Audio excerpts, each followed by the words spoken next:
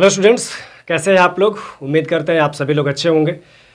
माफ़ कीजिएगा, बड़े दिनों के बाद आपसे मुलाकात हो रही है। थोड़ा सा ये कोरोना काल में कुदरती कहर कुछ बरस गया था। आप देख सकते हैं इस मेरी टोपी का राज, समझ सकते हैं। तो फिर भी कोई बात नहीं, बढ़ते रहना है। और आप लोगों का इस बार जो है वो शायद फॉर्म फिलअप भी हो गया बिहार बोर्ड का, है ना। तो परीक्षा की तैयारी भी जम करके करनी है और इसमें कोई आपका मदद करने वाला नहीं है। मतलब कहने का ये है कि ये जो ऑनलाइन चल रहा है या छिटपुट जो आप जिस तरह से संपर्क में पढ़ पा रहे हैं, ये इसी तरह से होगा। और इसी के बीच में ही आपको इन्हीं कटीले रास्तों पर, पत्थरों पर चलते हुए आपको बोर्ड तक पहुंचना है। तो तैयारी भी जम करके कीजिए। और इस बार कुछ सिलेबस भी शायद कुछ कम हो जाए, इसके बारे में मैं आपको आगे बताऊंगा कि किस प्रकार से सिलेबस आएंगे।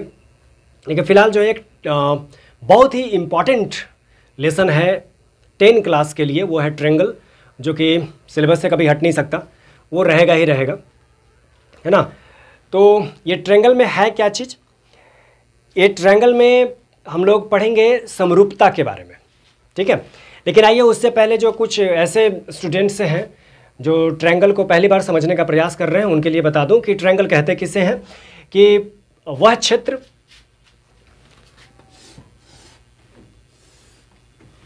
तीन भुजाओं से घिरे हुए क्षेत्र को हम लोग त्रिभुज कहते हैं, है ना। तीन भुजाओं से घिरे हुए क्षेत्र को त्रिभुज कहते हैं, या इंग्लिश में उसको ट्रायंगल कहते हैं। ये त्रिभुज कितने प्रकार के होते हैं, इसे दो भागों में बांटा गया है, एंगल के बेसिस पे और साथ साथ में साइड के बेसिस पे बांटा गया है। एंगल के बेसिस पे हम लोग जानते हैं और न्यून कोण, अधिक कोण और समकोण त्रिभुज, न्यून कोण त्रिभुज, अधिक कोण त्रिभुज और समकोण त्रिभुज, इस तरह का।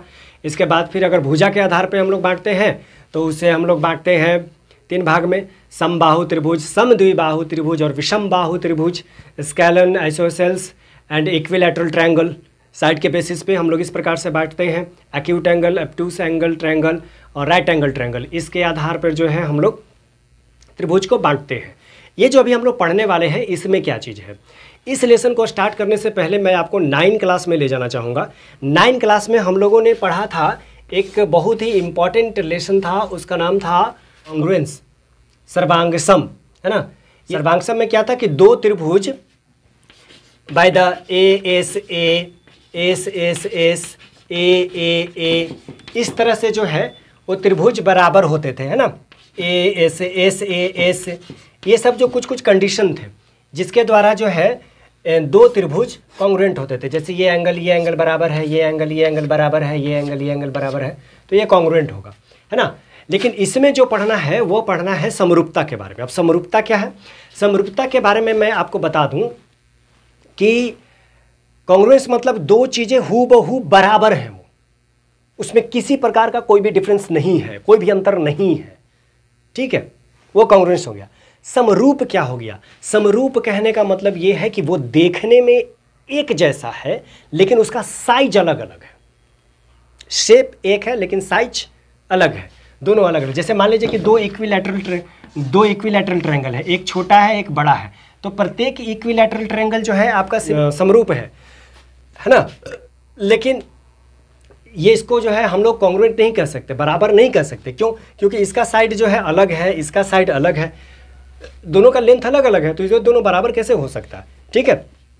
तो ये है, इसमें सबसे पहली बात जो है आपको एक चीज़ पढ़ने का है कि थेल्स थ्योरम, उसको हम लोग BPT भी कहते हैं। अब BPT बेसिक प्रोपोर्शनलिटी थ्योरम, इसके बारे में पढ़ना है सबसे पहले। इसके थ्योरम को पढ़ने में क्या चीज़ है दिया हुआ है, इसको थोड़ा सा मैं आपको बता दूं। यदि कोई त्रिभुज है तो यदि कोई त्रिभुज के तीसरी भुजा के समानांतर कोई रेखा गुजरती है और अन्य दो भुजाओं को काटती है तो वह त्रिभुज को समानुपात रूप से बांटती है, ठीक है, इसके समानुपातिक रूप से बांटती है। तो आइए अभी हम लोग देखेंगे उसको थेल्स थ्योरम के बारे में। आप इसे बड़े ध्यान से देखें और समझने का प्रयास करें। तो स्टूडेंट्स, ये है हम लोगों का BPT बेसिक प्रोपोर्शनलिटी थ्योरम, इसी को हम लोग थेल्स थ्योरम के नाम से भी जानते हैं, है ना। तो इसमें आपको दिया हुआ क्या है, इसमें एक दिया हुआ है कि कोई भी एक त्रिभुज है, ट्रायंगल है, उसमें एक जो है एक साइड के साथ में एक पैरेलल लाइन दिया हुआ है डी।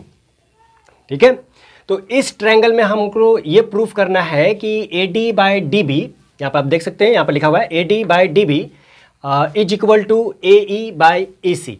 तो जानते हैं हम लोग कि कोई भी अगर थ्योरम हम लोग प्रूफ करते हैं तो सबसे पहले उसमें 2-3 चीज़ जो है वो बेसिक जानकारी हम लोगों को ऊपर में लिखना पड़ता है ना। इससे लिखने से क्या होता है कि आपको थोड़ा सा समस्या आसान पड़ जाएगी। तो क्या क्या है इसमें, पहले तो जो गिवन में दिया हुआ है आइए वो देख लेते हैं। क्या गिवन में दिया हुआ है, गिवन में दिया हुआ कि a triangle A B C in which D E is parallel to B C.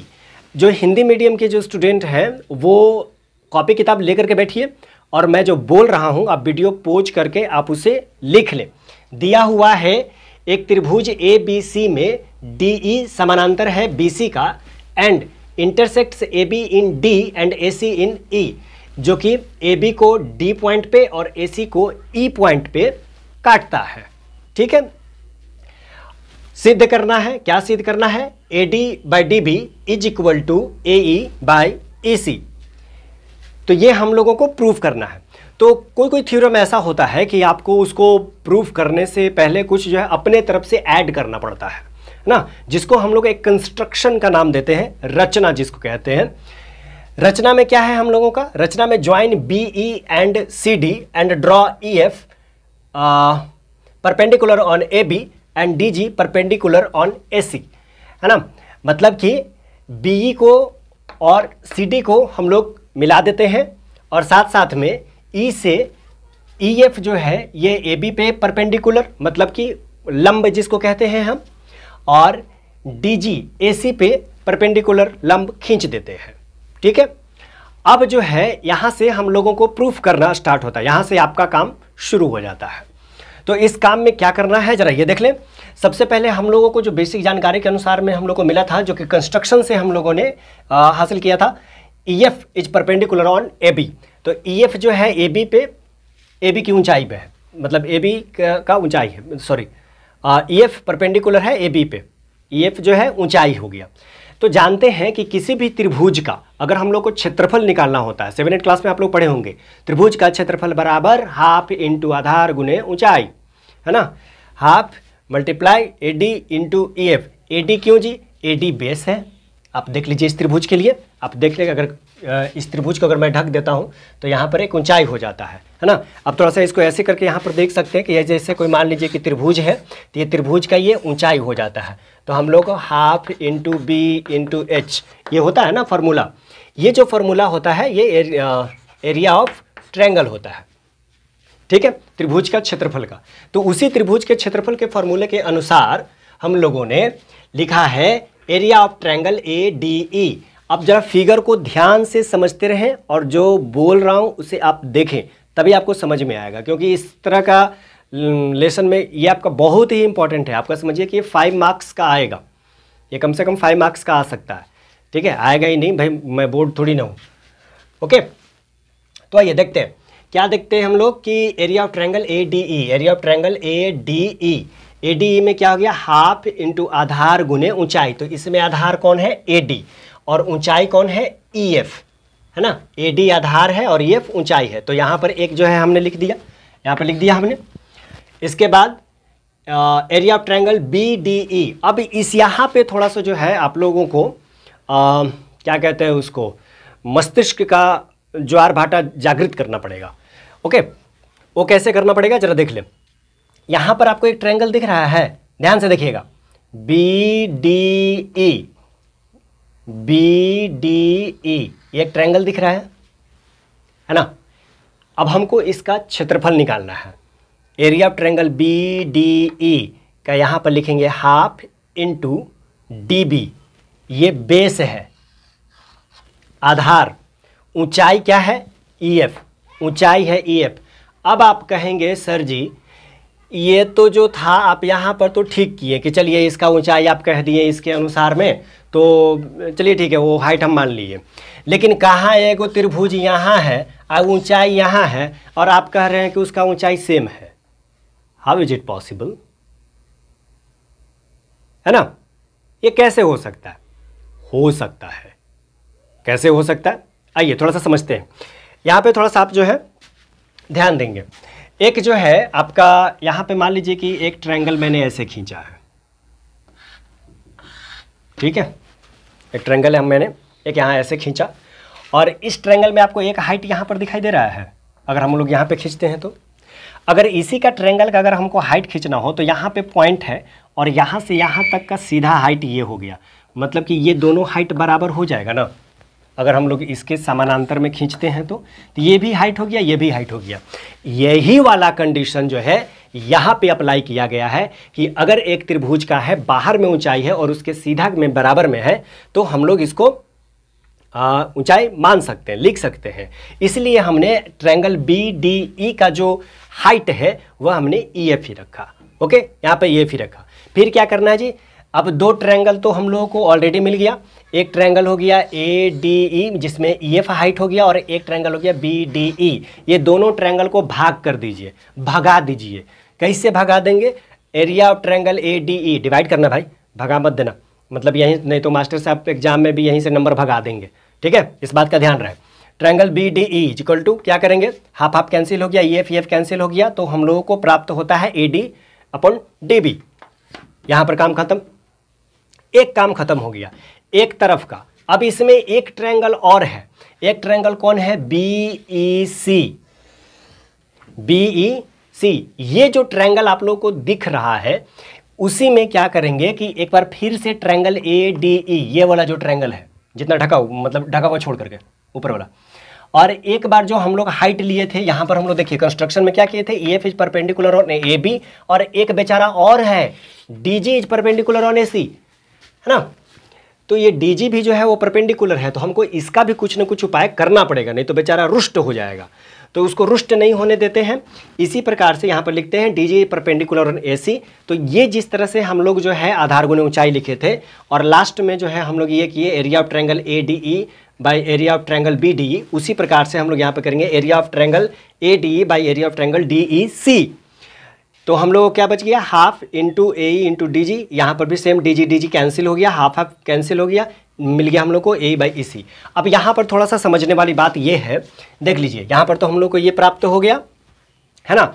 एक देखिए, आप शायद पढ़े होंगे 9th क्लास में एक थ्योरम पढ़े होंगे कि यदि कोई दो त्रिभुज, जैसे देखिए यहाँ पे यदि मान लीजिए कि दो त्रिभुज है, एक त्रिभुज यहाँ से ऐसे बनाता हूँ मैं और एक यहाँ से ऐसे बनाता हूँ, ठीक है, ये दो त्रिभुज है। ये दो त्रिभुज में से क्या होता है कि दोनों का क्षेत्रफल बराबर होगा। कैसे होगा, क्यों बराबर होगा?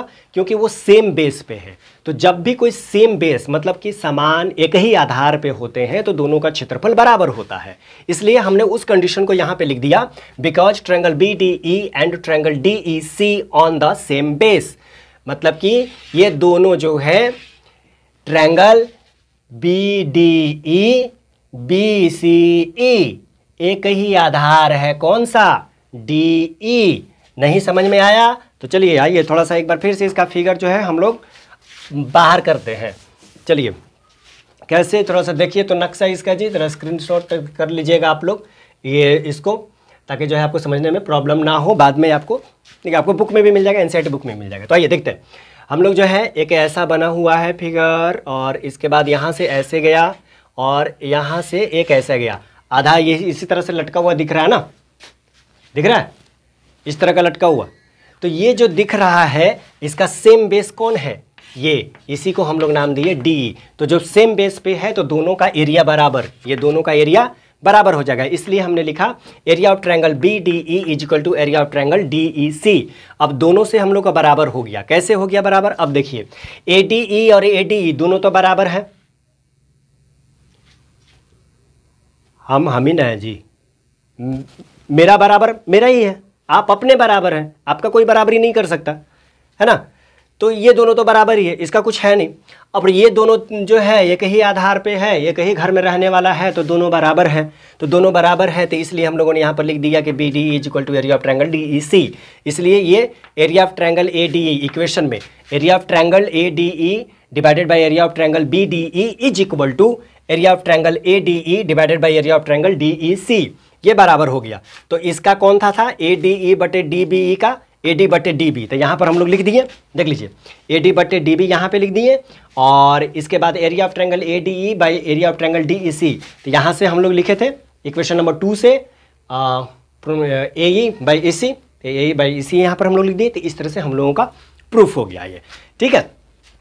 तो ये था आप लोगों का थेल्स थ्योरम। इस थ्योरम को आप अच्छे से 2 बार 4 बार 5 बार प्रैक्टिस जरूर कर लें, ये वेरी इंपॉर्टेंट है। इसी का एक और है थ्योरम, मतलब इसका उल्टा, तो हम लोग अभी प्रूफ करते हैं। आइए देखते हैं कैसे हो सकता है ये। Thank you. आइए स्टूडेंट्स, अब जो है हम लोग देखने वाले हैं इसमें, ये जो आप देख रहे हैं सॉल्व किया हुआ, यह थेल्स थ्योरम का उल्टा है, उसका उल्टा वाला रूप है। थेल्स थ्योरम में हम लोग अभी क्या प्रूफ किए? थेल्स थ्योरम में अभी हम लोग प्रूफ ये किए कि यदि कोई एक लाइन जो है ऐसी है जो दो भुजाओं को 2 अलग अलग बिंदुओं पे काटती है, तो वह उस भुजा को समानुपातिक रूप से बांटती है। इसमें क्या है कि समानुपातिक रूप से बांटती है, और उसमें एक दिया हुआ था कि तीसरी भुजा के वह रेखा समानांतर थी। इसमें क्या है कि समानुपातिक रूप से बांटनी है तो हम लोग को समानांतर सिद्ध करना है। उसमें क्या था? उसमें था कि समानुपातिक रूप से बांटती है, ये सिद्ध करना था, समानांतर दिया हुआ था। और इसमें समानुपातिक दिया हुआ है, समानांतर सिद्ध करना है, ठीक है। तो आइए इसको देखते हैं हम लोग। गिवन में हम लोग पहले लिख दिए, in a triangle A B C D intersect A B and A C such that A D by D B is equal to A E by A C. A B C एक त्रिभुज है जिसमें कि D E जो है अन्य 2 भुजाओं A B और ए सी को डी तथा ई बिंदु पे काटती है, और इस तरह से काटती है कि ए डी बटे डी बी बराबर है ए ई बटे ई सी का। इसका हम लोगों को बताना है, ठीक है। हम लोग को सिद्ध क्या करना है कि ये जो डी ई रेखा है ये बी सी के समानांतर है। डी ई रेखा जो है वो बी सी के समानांतर है। थेल्स थ्योरम में क्या था कि ये जो है डी ई समानांतर था बी सी का, यहाँ से ये वाला प्रूफ करना था, समानांतर से समानुपातिक प्रूफ करना था। अभी जो है समानुपातिक से समानांतर प्रूफ करना है, ठीक ना। तो अब इसको जो है देखिए, अब हम लोग क्या करते हैं, प्रूफ करते हैं। अब चूंकि जो है हम लोग को प्रूफ करना है तो हम लोग क्या करते हैं कि मान लेते हैं let D E is not parallel to B C, मतलब डी ई जो है वो बी सी के पैरेलल नहीं है। तब नहीं है तो हम लोग क्या किए कि कोई ना कोई तो एक पैरेलल रेखा होगा ना जी, तो उसको जो है हम खींच लिए। मान लिए कि डी एफ जो है एक पैरेलल रेखा है, तो डी एफ को हम लोग यहाँ पर पैरेलल मान लिए, ठीक है। D F is parallel to B C. अब चूंकि जब पैरेलल टू बी सी हो गया तो थेल्स थ्योरम के अनुसार में क्या कहता था? थेल्स थ्योरम के अनुसार में कहता है कि कोई भी यदि रेखा तीसरी भुजा के समानांतर है तो वह जो है समानुपातिक रूप से उसे बांटेगी, है ना। तो अब इसको समानुपातिक रूप से कैसे बांटेगी? अब देख लीजिए, अब चूंकि डी एफ जो है पैरेलल है बी सी का, तो हम लोग यहाँ पर ए डी बटे D B is equal to A F by F C. कैसे? By the B P T, basic proportionality theorem, that is called Thales theorem, okay. लेकिन हम लोगों का दिया हुआ क्या है? दिया हुआ है A D by D B is equal to A E बटे ई सी। ये अभी हम लोगों को दिया हुआ है, लेकिन हम लोग जो है यहाँ डी एफ जो समानांतर खींचे थे उसके अनुसार ये हो गया। तो मतलब ये है थोड़ा सा, अब यहाँ पे हम लोग देखते हैं कि ए डी बटे डी बी बराबर है ए एफ बटे एफ सी का, और ए डी बटे डी बी बराबर है ए ई बटे ई सी का। तो कहने का अर्थ ये हो गया कि ए एफ बटे एफ सी बराबर होगा ए ई बटे ई सी का, होगा ना। तो यहाँ पर हम लोग बराबर कर दिए। बराबर करने के बाद क्या करते हैं कि सीधा सीधी जो है दोनों तरफ एक जोड़ देते हैं, ऐड कर देते थे। यहाँ पर हम लोग लिख दिए एडिंग 1 ऑन बोथ साइड्स, लिख दिए। अब बोथ साइड में एडिंग कर लिए तो भिन्न का जोड़ तो आप लोग जानते हैं, इसको आप लोग बहुत तेज विद्यार्थी हैं, इसको आसानी से आप जो है सॉल्व कर सकते हैं। बहुत ही छोटा है और इम्पॉर्टेंट भी है ना। तो यहाँ से हम लोग एफ सी लिख दिए, A F plus F C. अब A F plus F C, A F plus F C, तो ए एफ को और एफ सी को दोनों को यदि हम लोग जोड़ देते हैं तो ए सी आ जाएगा ना। ये चौक और ये उंगली दोनों को जोड़ देंगे तो ये पूरा यहाँ से यहाँ तक आ जाएगा ना। इसके बारे में हम लोग पहले भी डिस्कस कर चुके हैं, इतना समझाने की आवश्यकता नहीं है, आप लोग इतने समझदार हैं, है ना। A C by F C is equal to A C by E C, हम लोग ये लिख दिए। अब यहाँ पे समझने वाली बात क्या है? अब यहाँ पे समझने वाली बात है कि ए सी और ए सी ये दोनों तो आपका इक्वल है, इसमें कोई डाउट नहीं है। तो जब ए सी बटे एफ सी बराबर है ए सी बटे ई सी का, तो इसका मतलब कि एफ सी और ई सी दोनों इक्वल होगा, तभी ना होगा दोनों बराबर। तो इसी प्रकार से जो है हम लोग कह दिए कि F C is equal to A सी, यहाँ पे बराबर है। अब समझने वाली यहाँ पे बात है, एफ सी माने एफ से लेकर के सी तक और ई से लेकर के सी तक, ये दोनों जो है एक ही बिंदु पे रहेगा तभी ना बराबर होगा, कि एक ठो यहाँ रहेगा और एक ठो यहाँ रहेगा तो ये दोनों बराबर है। अब आप कहेंगे सर जी ये तो मतलब थेथराई वाला हाल हो गया। बस भैया ये थेथराई वाला ही बात है, आप इसको ऐसा ही समझिए, ठीक ना। तो F C is equal to E C, तो हम लोग ये दोनों एक ही पॉइंट पे है, तो यहाँ पे हम लोग कर दिए F and E R the same point and D and D F R the same line.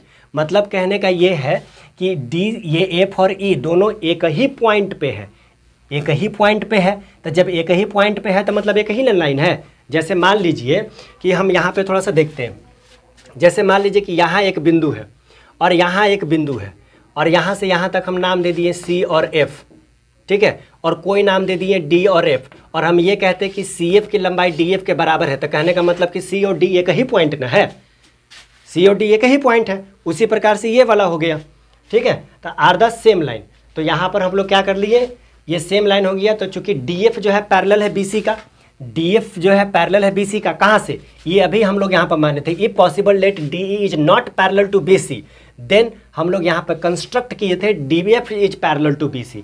और अभी अभी हम लोग प्रूव कर दिए कि डी एफ बराबर है डी एफ बराबर है डी ई का, डी एफ बराबर है डी ई का, डी और डी एफ जो है दोनों सेम ही लाइन है, इसलिए यहाँ पर D is parallel to B C हो गया। ओके, तो ये जो थ्योरम है आप इसको जरूर करें। देखिए थेल्स थ्योरम और उसका अपोजिट वाला उल्टा वाला जो ये कन्वर्स रूप है, ये दोनों थ्योरम जो है एग्जाम में लगभग एक के बाद एक फर्स्ट सिटिंग में पूछ दिया ये वाला, तो सेकंड सिटिंग में वो वाला, सेकंड सिटिंग में ये वाला। तो ये 2-3 और है, एक और है पाइथागोरस थ्योरम, इसी सिमिलरिटी ग्रुप से ही है, उसके बारे में भी हम लोग चर्चा करेंगे। फिलहाल जो है आप ये दोनों थ्योरम करें, और इसको हो जाने के बाद में अगले वीडियो में अभी हम लोग जो है कुछ इससे रिलेटेड प्रश्न करेंगे। अभी जो है कुछ और प्रश्न आपको बेसिक 2 नंबर वाला मैं बता देता हूँ, और कुछ डिटेल्स में और भी पढ़ेंगे। आइए अब कुछ जो है इससे रिलेटेड हम लोग प्रश्न कर लेते हैं, है ना। इसका आप चाहे तो स्क्रीनशॉट ले सकते हैं, आप ले लें एक बार, अच्छा रहेगा आप लोगों के लिए। आपके बुक में भी है। ओके, हो गया, थैंक यू। अब जो है इससे हम लोग रिलेटेड कुछ प्रश्न देख लेते हैं। बहुत ही इजी प्रश्न है, आप इसको बिल्कुल आसानी से कर सकते हैं। देखिए इसमें प्रश्न कैसा कैसा रहेगा, ये 2 नंबर वाला में पूछेगा। अगर थ्योरम पूछा तो आपको जो है वो 5 मार्क्स का पूछेगा, और यदि क्वेश्चन में आया तो वो 2 मार्क्स का पूछेगा। 2 मार्क्स का कैसा प्रश्न रहेगा, जैसे मान लीजिए कि कोई भी एक ट्रायंगल दे देगा आपको, इसमें एक पैरेलल दे देगा, और ये बोलेगा ए बी सी, ये बोला कि ये 3 है, ये 5 है, ये 2 है, तो इसका वैल्यू निकालिए। सिंपल सी बात है। अभी अभी हम लोग बाय द बीपीटी पढ़े, यहाँ पर मान लीजिए डी है, यहाँ पे ई है, तो ए डी बटे डी बी, मतलब ए डी बटे डी बी बराबर होगा ए ई बटे ई सी, होगा ना। तो ए डी का वैल्यू हम लोगों का कितना दिया हुआ है, ए डी का वैल्यू दिया हुआ है 3/5 इज इक्वल टू ए ई का वैल्यू दिया हुआ है 2/EC। EC का बाय क्रॉस मल्टीप्लिकेशन हम सब करके लिख सकते हैं ना, EC इज इक्वल टू कितना हो जाएगा 2 × 5/3। इसका पॉइंट में कुछ आप आंसर ला सकते हैं, बिल्कुल आसान सा है। आप इसको जो है ज़रूर बनाइए। आप अपने बुक के एनसीईआरटी का फर्स्ट एक्सरसाइज वाला जो है, सेकंड एक्सरसाइज वाला होगा, तो आप उसे ज़रूर बनाइए। इस तरह का प्रश्न आपको मिलेगा। थैंक यू, मिलते हैं अगले वीडियो में। तब तक के लिए जय हिंद, जय भारत।